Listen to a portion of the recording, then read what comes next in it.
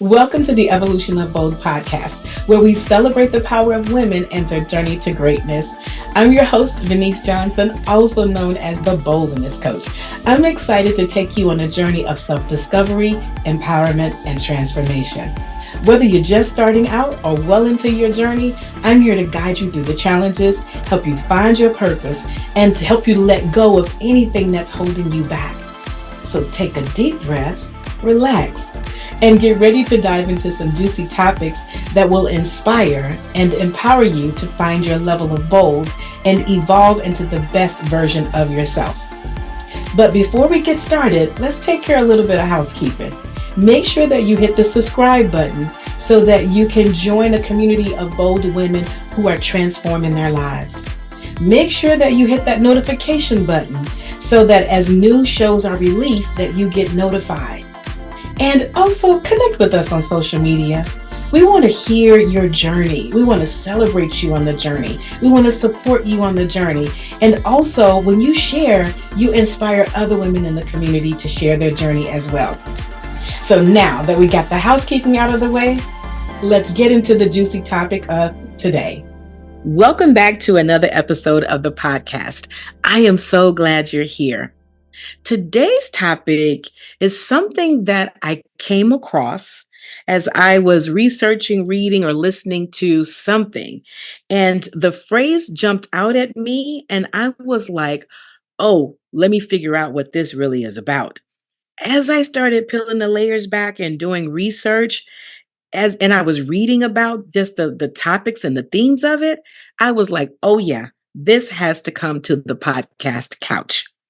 The topic today that we're talking about is the ambition penalty. And I know you're probably thinking like, wait, the what? It is called the ambition penalty. I was scratching my head too, sis, when I first heard about it. But let me tell you about what the ambition penalty is really about. It's a topic that explores the challenges women face as they pursue ambitious goals. So whether in their careers, personal development, or entrepreneurial ventures, women are often categorized, in this area. The concept is really rooted in societal and cultural norms that often really make women feel like something's wrong with them for being assertive, driven, and goal oriented. In contrast, men are encouraged to really display the same traits that we're going to talk about that women are typically penalized for. So it's really an interesting topic. Some of the themes that we're going to explore in the podcast is cultural expectations versus ambition, double standards in the workplace, social penalties in personal life, internalized barriers, and we're also going to look at how do you overcome the ambition penalty. Listen, this episode is about you embracing your ambition fully and understanding the challenges that you might face and finding strategies to continue pushing forward. So sis, I am going to bring vulnerability and transparency because I got some stories to add to this topic. So I want you to go ahead, grab you something to write with and take notes on, grab your favorite drink, sit back, relax, because this is about to get juicy. So let's dive into cultural expectations versus ambition.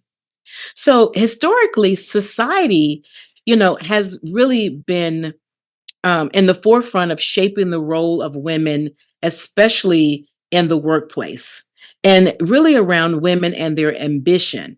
Society really has been kind of more traditionally focusing women on roles of motherhood, caretaking, and domestic responsibilities. I mean, we can go all the way back, until the 1900s, where this is traditionally where we've seen women, display their skill sets, right? But ultimately, as women have progressed and society has progressed, the conflict started to come up that, as women really wanted to become more ambitious, in their lives and in their careers, that society started to say, you're not so much of a woman, or you're less feminine if you're seen outside the house doing anything other than motherhood, caretaking, or domestic responsibilities. And then society started to criticize women for not being nurturing enough, or for choosing career over family. Now, just think about that for a moment. Even in 2024, I think that we all can agree this is something that is still prevalent today. The media portrays ambitious women like, ambitious women are cold, they're unlikable, they're not approachable, they have a lot of masculine energy. I mean, just really think about it. When I look at stories on Instagram, there's a whole movement, on, women trying to step into their femininity, or women, who want to live the soft life. It's like women are really pressing hard to be able to demonstrate to society that I can be this feminine woman and do all of the ambitious things that I want to do. But I really want you to start thinking about it. Is that the best way to be able to demonstrate that you are a woman that's well rounded, by taking a stance and showing videos? Or could it be possibly in you taking a stand in how you express yourself as you move through your life, in your careers, in your entrepreneurial endeavors, and even in motherhood? So there's also been this expectation of work life balance that's typically been placed on women, but not on men. I mean, when's the last time you heard a man say he is trying to have work life balance? In all of my years of career coaching, I think I've probably, and I would say over the last 20 plus years, I think I may have encountered that once or twice where a man, really said to me he wants to have more balance in his life because he wants to spend more time with his family. Now, listen, men, don't come for me. Because I'm not saying that men don't want work life balance, but what we typically hear is women talking about pursuing work life balance. And that's still a hot button because women, have been continually and are continually being penalized by society and cultural norms that if they're pursuing their career too much, that they are sacrificing being a loving wife, being a loving mother, being a loving family member. So cultural expectations versus ambition has really just been an ongoing hot button. But I want to give you some strategies to overcome this. So, really start looking at redefining feminine ambition. You get to reclaim your ambition as a trait that doesn't conflict with femininity. There are lots of women that we see, in media, in society that really are living a well rounded life based on what they've shared with us. We have heard stories from women share their ups and downs. We've heard women to share their triumphs in their lives about how they are bringing balance to having, being the caretaker, the mother, and also managing domestic responsibilities while pursuing their heart's desire, while living in their passion. There's no shortage around us. But I'm going to need you to open your eyes and really look at women doing these amazing things in their lives. Now, make no mistake, I am not saying or implying that women that are well rounded in their lives and they are just, bucking cultural expectations, that they don't really think about those things or that this woman is a superwoman. But what I really want you to be able to open your eyes to see is that there are ways to be able to really still pursue, your career goals and your endeavors while you are balancing life with your ambition. Especially in this day and age when there are so many resources and tools that you can pull in to use that can help you to be able to pursue those endeavors, but also have time with family and not so much time spending doing domesticated type of work, right? You also got to set clear priorities.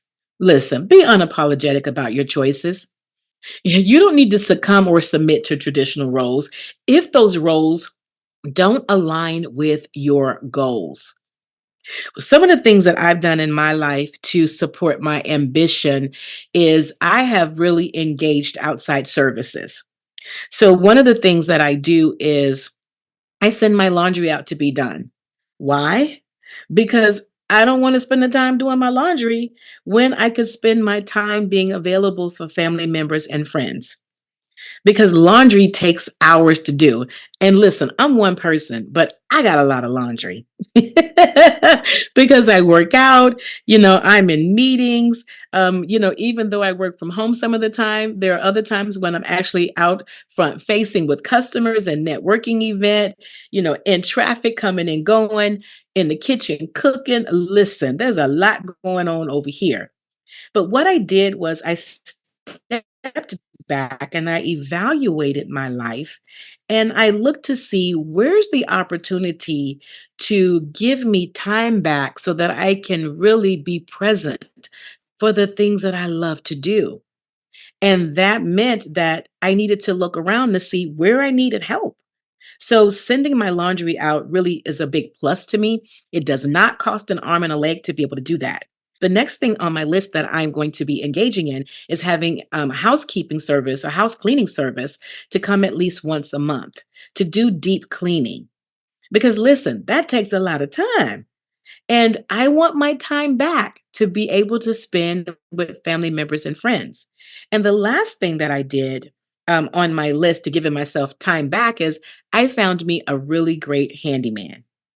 And listen, when things, need to be fixed around here, I don't, scratch my head trying to figure out what I need to do. I am not spending time on YouTube watching videos, trying to figure out step by step how to do something when I actually can engage somebody that's their purpose, that's their passion, and they love to do it. And typically what I'll do is I will, create like a list of tasks that need to be done so that when my handyman comes over, then, that way all of those items, that are on my checklist can get done. So I just really want you to think about getting clear about your priorities and auditing your life to see what are things that you can outsource for somebody else to get done. And I want you to also surround yourself with people, other women, that are in the network of redefining cultural expectations. That's what really inspired me when I really looked at my circle, and I was sharing with some of the women in my circle, some of my friends, about what my thoughts were to bring in, domestic support, outsourcing my laundry, definitely having a handyman on call. They were looking at me like, "Oh, I've been doing that for the last 2 years." I was sitting there like, "What? And you didn't say nothing?" And they were like, "It just never came up." So sometimes, the women that we admire and see, they have strategies that are in place behind the scenes that they aren't talking about. And I don't think they're necessarily keeping secrets, but perhaps they're not talking about it because it has become now a normal way of being. And so, no wonder they can spend time with families and friends and be present with them because they are employing strategies to overcome cultural expectations and ambition. So, when you employ and engage some of these tools and techniques in your life, start talking to other women, start sharing with women in your circle, and give other women the opportunity to be able to find that balance that's so important to them. Next, I want to talk about the perception of too much. For those of you that are listening, I got my air quotes up on that one.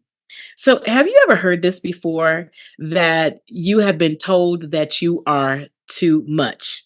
That you are assertive, that you're vocal, that you're highly driven.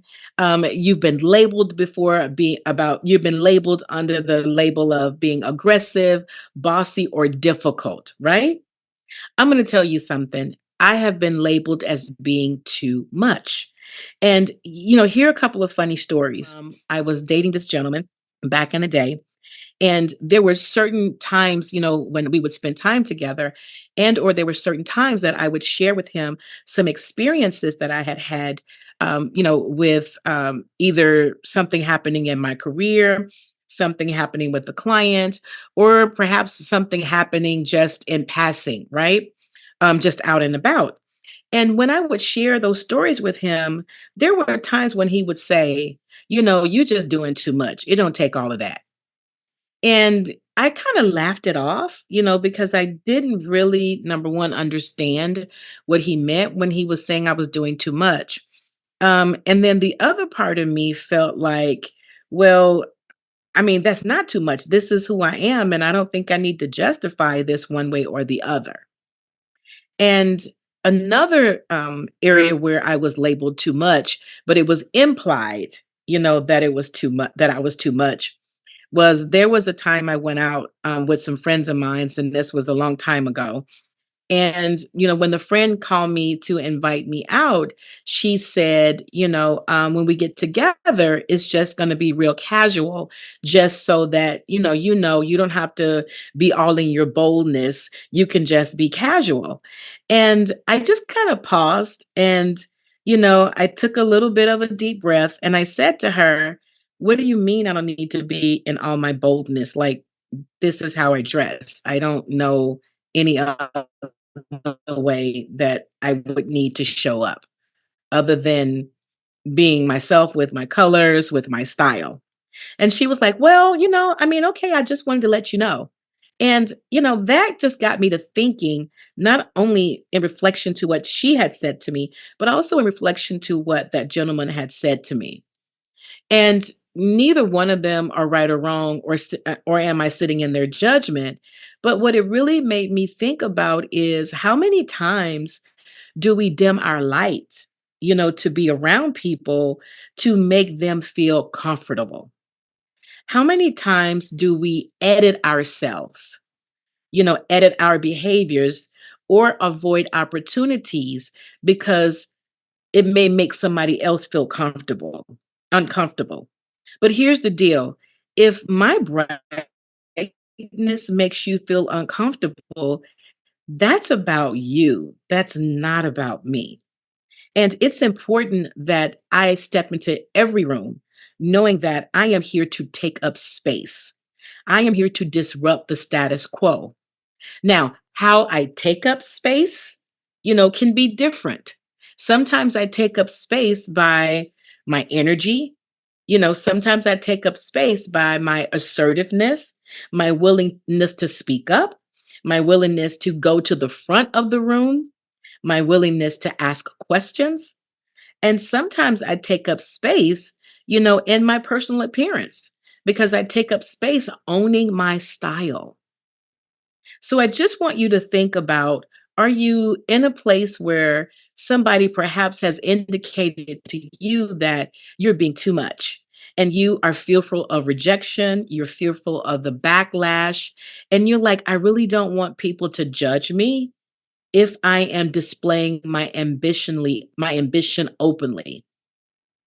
If someone tells you to tone it down, start to qualify. What do they mean? Don't just automatically internalize that and say, oh, okay. And you start self selecting, or start self editing. I would encourage you to ask them, when you say tone it down, what does that mean? And allow them to be able to share with you what is it that they mean. And once they share it with you, then continue to have open dialogue with them.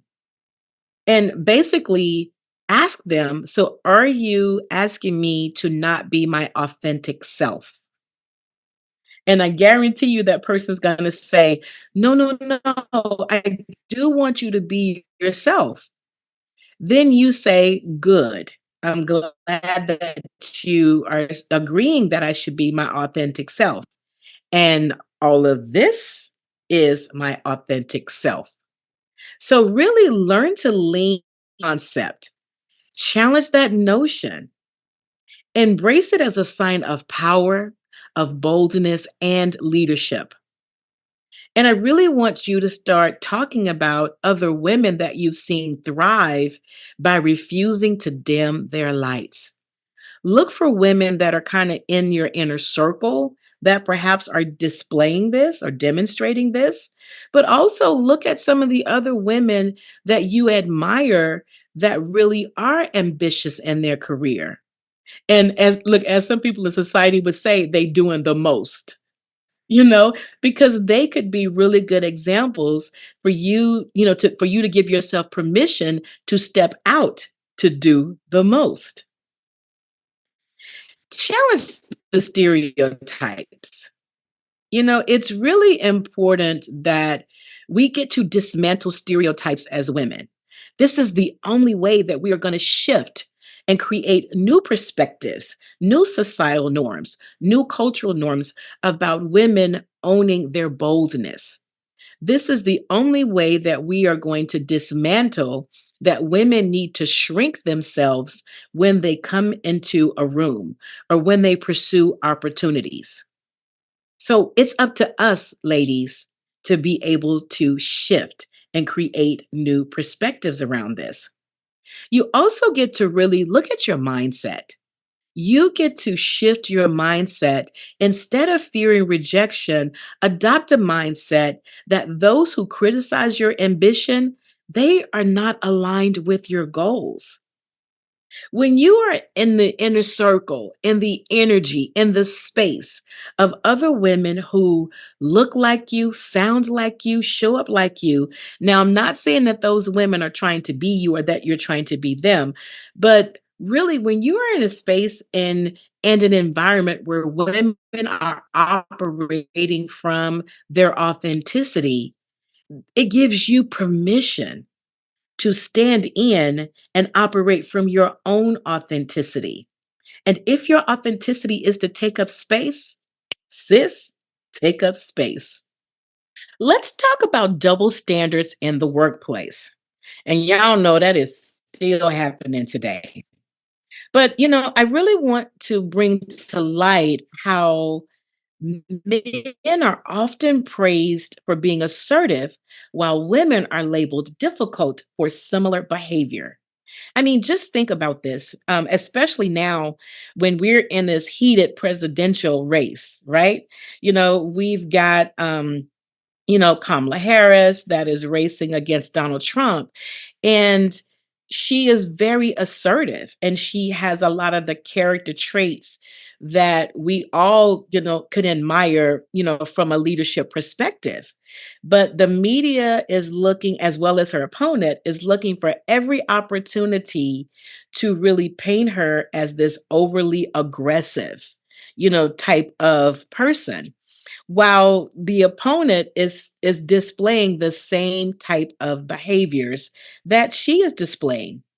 But yet and still, a lot of people in the cultural norms and society are really looking at her as if, could she really hold the highest office, in the land? And of course the answer is yes. And it's important for us to really look at and be mindful and be prepared to dismantle and stand against double standards that are happening in the workplace. The ambition penalty plays out also in unequal pay. It plays out in promotion opportunities and leadership roles, just like the one that I mentioned. So women often get penalized, for wanting to go to the next level, and pursue a promotion. So women are, their skills are downplayed, their intellect is downplayed. And oftentimes when women, go into spaces that, are more male predominant and perhaps more white male, dominated, women are looked to do secretarial things like take notes, you know, um, be seen and not heard, not to interrupt, or to keep their points or thoughts to themselves or communicate them through another man that perhaps is in the room or at the table. And I'm sure that at some point we all can say that we've been in those spaces. But I really want you now to have the awareness that when we are in these spaces and we see this happening, they are really trying to penalize our ambition. So really see it as an opportunity to step up. So you might be saying, well, how do I position myself, to really dismantle, equal pay in my environment? How do I really become assertive, and go after those promotional opportunities? Well, the things that I want you to do is to start really advocating for yourself. That's number one. Sis, nobody's coming to save you. No one is going to step up and say that, hey, Venice should get more money because, of what she's contributed to the organization. I know that you think that head down working hard is, one of the strategies to get promoted and get an increase in your salary because somebody will see you.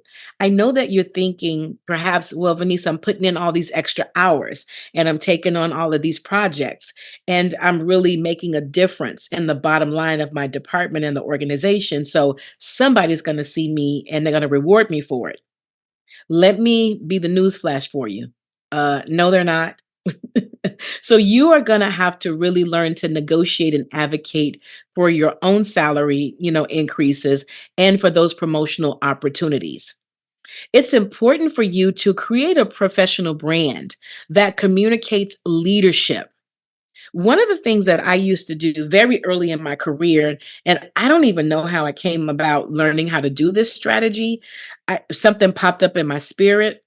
And I started doing this like in my late 20s, early 30s. I started keeping, kind of a brag book, so to speak. And I started, every week, by the end of the week on Fridays, I would spend, before I closed out for, the week, I would take some time and write out my highlights from that week. I was in sales before I started my first business, and I would be out in the field a lot. And I had a lot of, front facing with customers. And my boss wasn't with me, didn't go on sales calls with me. My boss didn't go to client meetings with me. So my boss had no idea how I was closing these deals. So I started documenting, how I was closing these deals. And when I did that every week, it gave me an opportunity to really see, like, wow, I am really good at this. And as I started to collect the data on my own successes, when I started to collect the data of my own contributions, I was able to take that to the annual review. And I laid out to my boss, just, the different timelines and also the impact that I made monthly. Yes, the organization was reaching revenue goals, but those revenue goals were kind of aggregated with other employees in the company. So I extracted the data out of the aggregated data so that I could point out what my specific contribution was, in certain areas. I was able to talk about the number of new contracts that I brought in. I was able to talk about the contracts that were renewed. So I actually stood on business and I became the advocate for my own self to really negotiate and position myself for what I was about to ask for. So it's important that you keep track of your achievements. Not only keep track of them, it's important you communicate your achievements. You don't have to wait till an annual review to do that.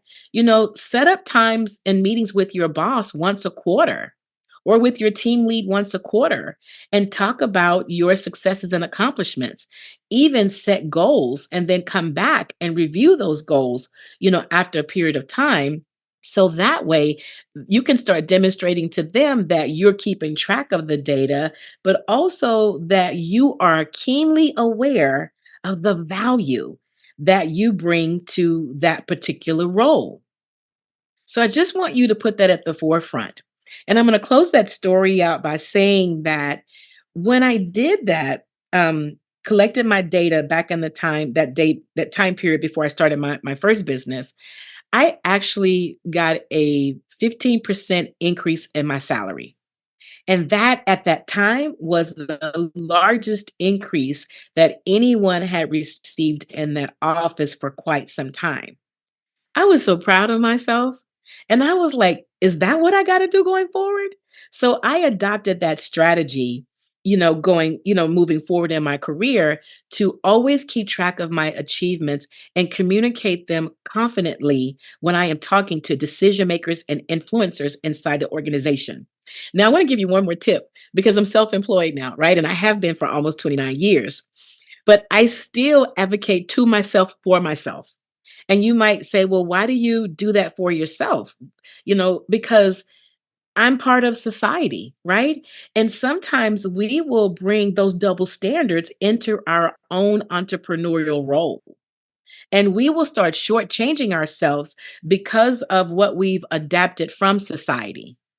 And I had to remind myself of how amazing I am through my achievements and ultimately give myself an increase. And I'm going to tell y'all that was probably one of the highlights. If I had to look back over the last 3 to 5 years of my career, that would be in my top five highlights is that I advocated for myself to myself and really recognized what I was bringing to the table. And I rewarded my ambition. I rewarded my own ambition by giving myself a promotion and an increase. So, sis, listen, you don't have to wait for anybody else to do that for you. You can do it for yourself. I also want you to find mentors and find sponsors. Mentors are really important, especially when you are trying to find your way. Because sometimes when we're trying to do this in an isolated environment, when we isolate ourselves from talking about our ambition, and our feelings or our fear around ambition to other women, we lose out. And we dim our own light when we hide behind the greatness of who we are. A mentor can help you to strategize and bring that to the forefront. A sponsor can advocate for you. They can advocate for you and your career growth behind closed doors, to other people that may not necessarily be recognizing you or other people that may not really understand and see the value, your achievements, your contributions. So these relationships are very critical in breaking through workplace double standards. So, sis, find you an internal mentor. Find you a sponsor within the organization, within the industry. Make it your business to create really your advocacy team. And next, I want you to speak up about biases, call out double standards, and call it out in a way that's constructive but firm. And discuss ways to create allies who can support these calls for fairness. I remember one time I was working for this outplacement firm and I was working really hard and I was, had the opportunity to pursue, different advancement roles where I could develop my skill set, a little bit deeper. I was really intentional on pursuing opportunities that it allowed me to enhance my professional brand. And so after I had collected the data and I went to, the person of the department at that time, and he happened to be a man. And as I was talking to him, what I was saying to him was that I had all of these different territories that I was now being invited to go and to train, to deliver different types of corporate training programs. And I said, however, the amount of time that I'm having to put in traffic, the amount of gas, that I'm spending, the wear and tear on my car, instead of, getting my brakes changed, once a year, I found myself getting my brakes changed like every 6 months. I found myself getting new tires like every 6 to 9 months. Like, it became expensive, to expand territorially. And so when I was talking to him, he listened to me and he sat there quietly. And after I finished my spiel to him, my presentation to him, he said to me, you know, Venice, nobody around here is getting a raise, and that includes me. So, therefore, this is just what's happening in the company. And this is just the norm that, you will have to contribute at this level. And so I waited for him to patiently finish speaking. And I said to him, first thing came out was, I don't care about what other people are not doing. I'm not here to advocate for other people. I'm here to advocate for myself. And he kind of sat up in his chair because I don't think he's ever had anybody that responded to him like that, right? And listen, y'all, I don't know where that came from, but I'm going to tell you, I had some moxie in me that day. And then, secondly, what I told him was, I appreciate his response, but going forward, that I would be declining to go and provide staffing support in these other territories due to the fact that the cost of me getting there to deliver it and the income that I was earning from going there to deliver it wasn't equitable. So you can give those opportunities to someone else who may find them valuable. And he just kind of looked at me and he was like, okay. And I said, thank you for your time. And I got up and walked out of the office. Even though I did not receive the increase, what really the reward for me was that I stood up and I advocated for myself. I went in with the data of how much it's costing me to deliver for you. And that this really was a one sided relationship. It was not equitable.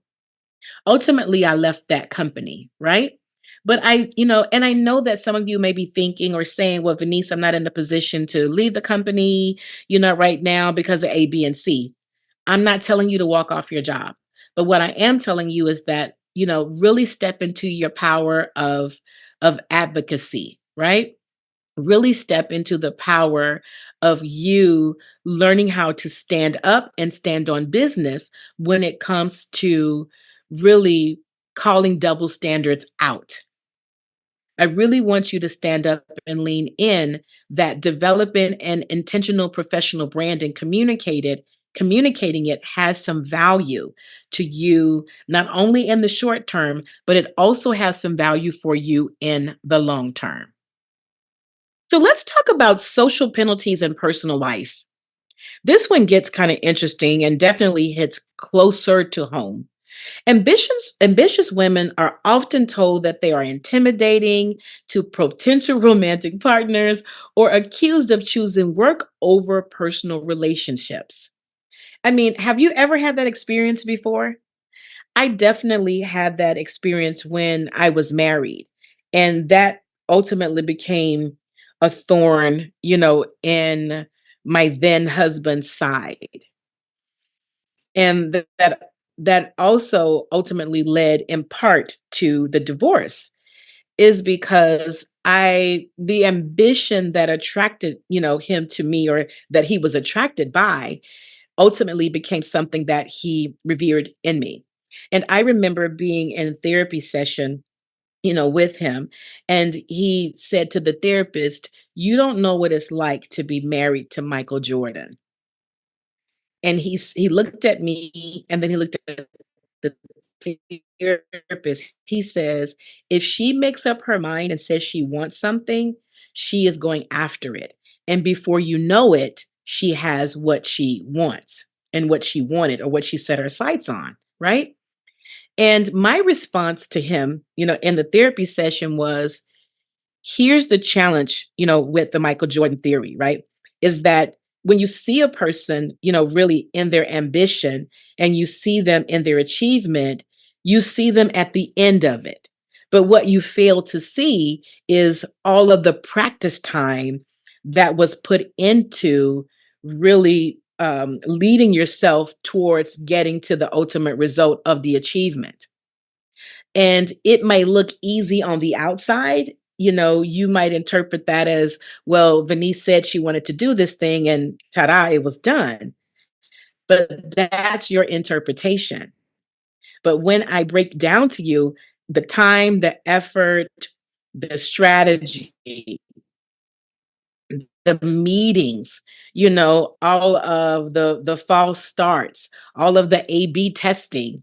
When I broke all of that down so that he could be able to see there actually is a process, for achieving the things that I achieved, it really kind of made him take notice. But at that point, the damage was done. So I really want to encourage you that, if you have a partner, a romantic partner, and they are accusing you of choosing work, over personal relationships, or if there is some level of intimidation, I'm not saying that you should break up with that partner, but I really want you to think about what level are you choosing partnership on? And I will be the first to say that I chose that partnership from a level of brokenness. I chose that partnership from a level of a lack of confidence in my own self. And I chose that partnership when I really didn't embrace the fullness and the wholeness of my boldness. And ultimately, that partner mirrored back to me the things that I felt were inadequate about myself. And even though that partner didn't say that to me, that is how I showed up in that relationship. So I encourage you to, if it's worth it to you, I encourage you to really look at ways to get some therapy and some counseling, some couples counseling, as well as some individual therapy about if you're feeling that way about yourself and you're finding that you have to defend your ambition to your partner.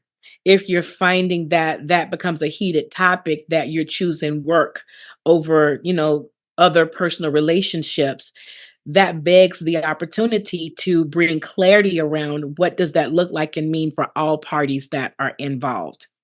And you can choose from there. Sometimes friendships shift. When women start achieving success, it could lead to isolation or a feeling of being unsupported by your peers. I've been through that as well. A lot of my friends, are married. And I am one of the single friends. And so my world looks very different, than what my married friends' worlds look, right? And, I'm really driven, I'm very ambitious, and not that my friends aren't, but the time frame for me being able to continue to stay in the energy of driving things forward, the time frame for me to stay in the energy of being ambitious may be outside of the time frame for some of my friends. And I found myself at different junctures feeling like I'm out here by myself. And it's not that my friends don't love me or support me. That's not necessarily true. But what I learned is that I needed to go connect with other ambitious women who had a lifestyle that was similar to my lifestyle, because that allowed me to have the support system and the camaraderie to be able to, honor my goals and to not only receive mutual support, but to provide mutual support. So, girl, get out there.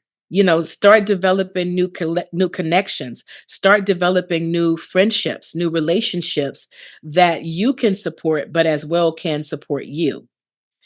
Also, if you've been experiencing guilt or judgment from family or social circles for not really adhering to those traditional timelines, our family members sometimes, especially if they are in traditional roles, they're married, they have kids, they've got school activities and sports, and they just got a whole situation going on. They got church, and what have you, and you don't have that lifestyle. Sometimes they try and make you feel bad. And sometimes they're very direct about it, like asking you questions like, when you going to get married? Are you working so hard that you can't get married? Are you so ambitious that you're pushing men away and you're not able to let a man be a man? I mean, sometimes, those questions and those conversations are very hurtful. Sometimes if you haven't had children yet, family members may say to you, "What you waiting on?" Sometimes, your mom might say, "I'm just waiting on grandbabies, waiting on you. Maybe you'll have them before I die, before I get too old." But you got to keep in mind that number one is that family members and friends, we got different lifestyles. And some of the family members and, relatives that you have, they operate from different cultural norms. And those cultural norms perhaps work for them, or they've agreed to them and they've created a life all around that. But that's their life. It's not your life. So I really want you to release the guilt, and release the expectations that other people have of you. And that may be you telling them that, you know what, I'm on my timeline. I'm not on your timeline. So that pressure is not wanted or welcomed here. Take that someplace else. Because, sis, you can't park it here. And you may need to have a heart to heart conversation, with them, especially if it's someone that you have a really great relationship. You may need to tell them, listen, when you say those things to me, it really is hurtful to me. And it makes it seem as if my being ambitious, that me being intentional about what I want for my life isn't important. And it seems like you don't value the fact that I value myself. So sometimes we have to have those come to Jesus moments to tell someone that it's hurtful to us.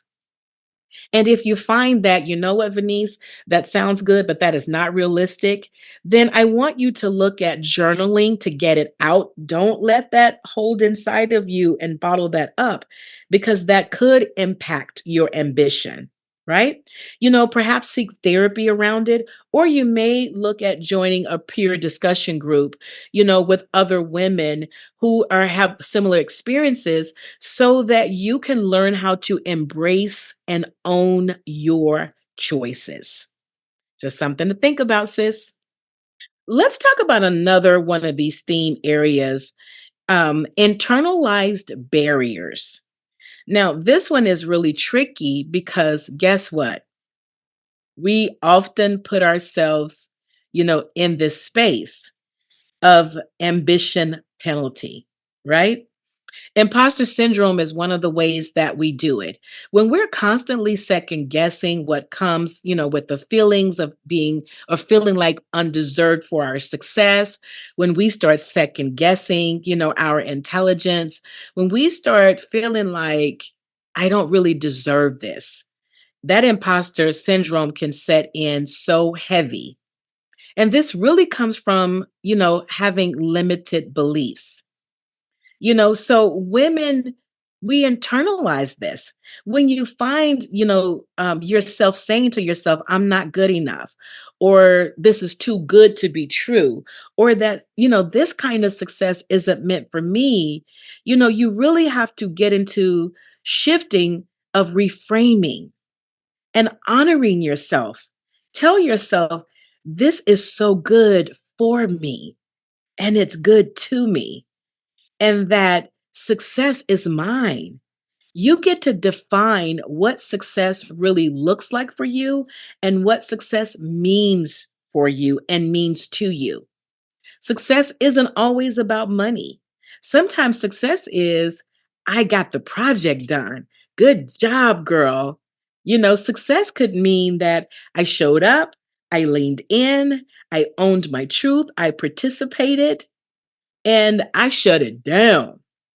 Success could mean that I disrupted, an environment of bias because I stood up and I advocated for myself. So there's an opportunity to bring presence, bring awareness and mindfulness when we're creating internal barriers. They're very harmful to us, right? Fear of success can hold us back sometimes, because there are times when there's pressure to succeeding and you start questioning yourself, can I respond to these pressures? There are times when we may find ourselves in a place where we don't have examples, of what success and ambition looks like in our inner circle. So we second guess ourselves as to if we really can do this. But I really want to encourage you to start practicing daily affirmations, start having, doing visualization techniques so that you can start to imagine yourself on the other side of success. I want you to start embodying the feeling of what success will feel like in your body. I want you to start, affirming yourself step by step by step. And what I mean with that is when you accomplish one task, stop and acknowledge yourself and say, girl, that was good. Like, wow. And celebrate yourself. I want you to also do some mirror work. Talk to yourself in the mirror and tell yourself how amazing you are. Tell yourself how intelligent you are. And tell yourself, girl, you can do this because last time this is what you did, and look at how it turned out. Reflect on some past accomplishments and achievements that you really like, wow, I couldn't believe that I was going to be able to achieve it at that level, but you knocked it out the park. You don't have to be fearful of success. When you define success on your own terms, then you can respond to it on your own terms. And self sabotage is another result of internalized messaging, that comes to us through society and also from the culture, because they start telling us what we should be doing, versus us really pursuing the ambition that's at hand for us. That's why it's so important sometimes to keep your business to yourself. Listen, sis, you cannot be running and telling everybody about your ambitious goals. It's not that everybody can't be happy for you or won't be happy for you, but it depends on what space that individual is in their own life. Sometimes you just got to learn how to keep a good secret. And that's one of the things that I really have learned just over the past couple of years. I was the type of person that I overshared a lot about my ambition, my thoughts, my goals, and things that I wanted to do, and the way that I was going to do those things. And sometimes the questions were like, well, how are you going to do this? But you don't have X, Y, and Z. And then what if they found out that you don't have X, Y, and Z? And you don't have the support to do that? Or where's the money going to come from for you to be able to do that? And sometimes I don't think that people were intentionally trying to, you know, um, give me pause. And sometimes I think they were because it just wasn't how they saw themselves. And they didn't want me to go off and leave them in the space where they were. But I also learned to keep a secret because I wanted to be able to prove to myself. I wanted to be able to be the advocate of myself and affirm myself step by step, and also to celebrate the small wins that would help me to ultimately build the confidence. So, keeping a secret, sis, about some of the ambitious things that you want to do for yourself can be very rewarding. Break the cycle of self doubt, stand on business, and don't play about you. Now, let's talk about the last theme on our list: overcoming the ambition penalty. The importance of resilience and persistence and pushing through, you know, through your ambitions and your challenges are so important. Developing your resiliency muscle is just gonna really support you in moving forward. And we all know that we're more resilient than we give ourselves credit for, right? But you may be thinking, the ambition penalty can be heavy. How do I develop resiliency? And how do I really develop my persistence? Create your own ambition roadmap. This is a set of personal rules or strategies that really align with your authenticity. They align with your goals and your values so that when you find yourself facing resistance, that you can look back at your own ambitious map. Sorry, I'm like butchering this word. You can find yourself, really looking back at this is my ambition roadmap. And you may line that roadmap with positive affirmations. You may line that roadmap with ways to celebrate, small wins. You may also line your roadmap with time with mentors and sponsors. So, really, gird yourself up when you do create your ambition map, or you could create your ambition checklist. But I think it's really helpful to have something tangible that you can visually go back and take a look at and say, you know what? I can see where I have been moving forward. And that can be very helpful, in really affirming, your resiliency and also helping you to stay persistent and stay on the course. You also got to maintain authenticity, and stay out of the trap of playing small. I think that's something that we easily can slip into is playing small because it's comfortable. It's what you are familiar with. But I really want you to step out and challenge yourselves. And I'm going to give you, some homework that will keep you out of playing small, and at least it'll start you, out the gate from playing small. And then I also want you to think about setting personal boundaries and protecting your mental health and also your well-being. One of the strategies that I shared with you on the last tip was learn to keep a secret. Really set personal boundaries to keep people out your business because it ain't none of their business. Learned to set boundaries in terms of what you share with people, but also look at ways in terms of boundaries of overworking yourself to please other people, trying to get external validation, for you to move forward. Really set boundaries around spending too much time in areas that really don't align with your goals. And look at where you're spending your energy, because when we are overspending our energy, we're overextending ourselves. It takes away from the ability to stay in alignment with our ambition. It really zaps our resiliency, it tires us out, and it could keep us from being persistent. So I want you to really look at setting personal boundaries and protect your mental health. I mentioned before about journaling may be helpful to you, joining a peer group may be helpful to you, or seeking therapy may be helpful to you. By all means and any means necessary, protect your mental health.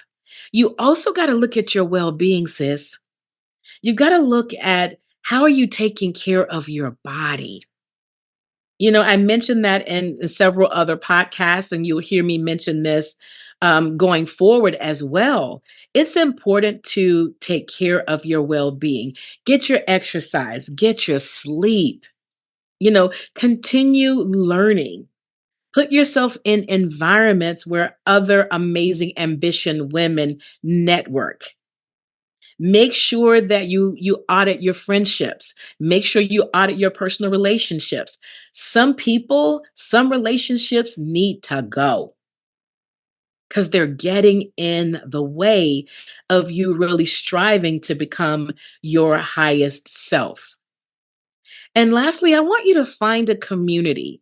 And that's in essence what I was just talking about. But I want to make sure that when you find the right community, make sure that they can give you emotional and strategic support. It's nothing like having, a community where you can talk to people and they are like, I know exactly what you're talking about. Been there before and done that. There's nothing like having a community when you come across setbacks and they can help you to navigate the setbacks and the challenges that come with being ambitious. You can overcome the ambition penalty and you can make this a thing of the past, as you move forward to the next level in your life and in your career. Sis, you got this. So, sis, here's the homework that I'm giving to you because I want you to embrace your ambition unapologetically. Here's your boldness challenge for the week ahead. I want you to think about one way that you've been holding back your ambition. Maybe you've hesitated to speak up in a meeting, or maybe you are pursuing a career move out of fear. I really want you to stop. Whatever that is that's ahead of you, I really want you to look at the opportunity and ask yourself, is this something I really want? And what's holding me back from moving forward? And take one step this week to move forward. You have to commit to take action on your ambition, and you got to start somewhere. And this, no better place to start, no better time to start than the week that is ahead of you. So, as we recap on this episode, we talked about the ambition penalty. We discussed the barriers, stereotypes, and penalties that women face for wanting more. But we've also explored powerful strategies to overcome each of these challenges. We looked at ways that you can redefine your ambition, ways to set boundaries, and ways to advocate for yourself, and closing it off by finding communities that will lift you up. I want to leave you with this quote. Ambition isn't a dirty word. It's not something to apologize for.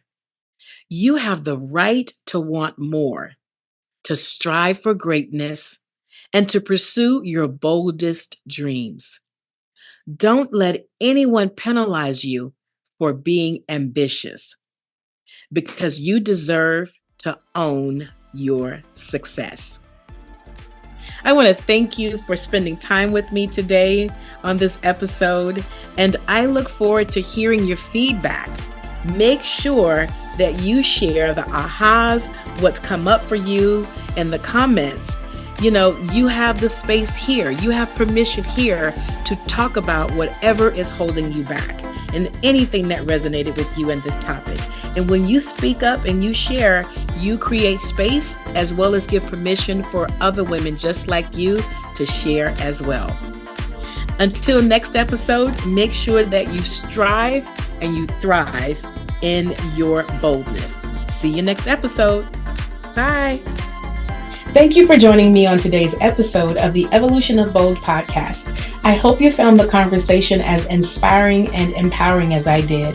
It's always a pleasure to share the stories of my journey along with those of other remarkable women who have shown us what it means to live life boldly.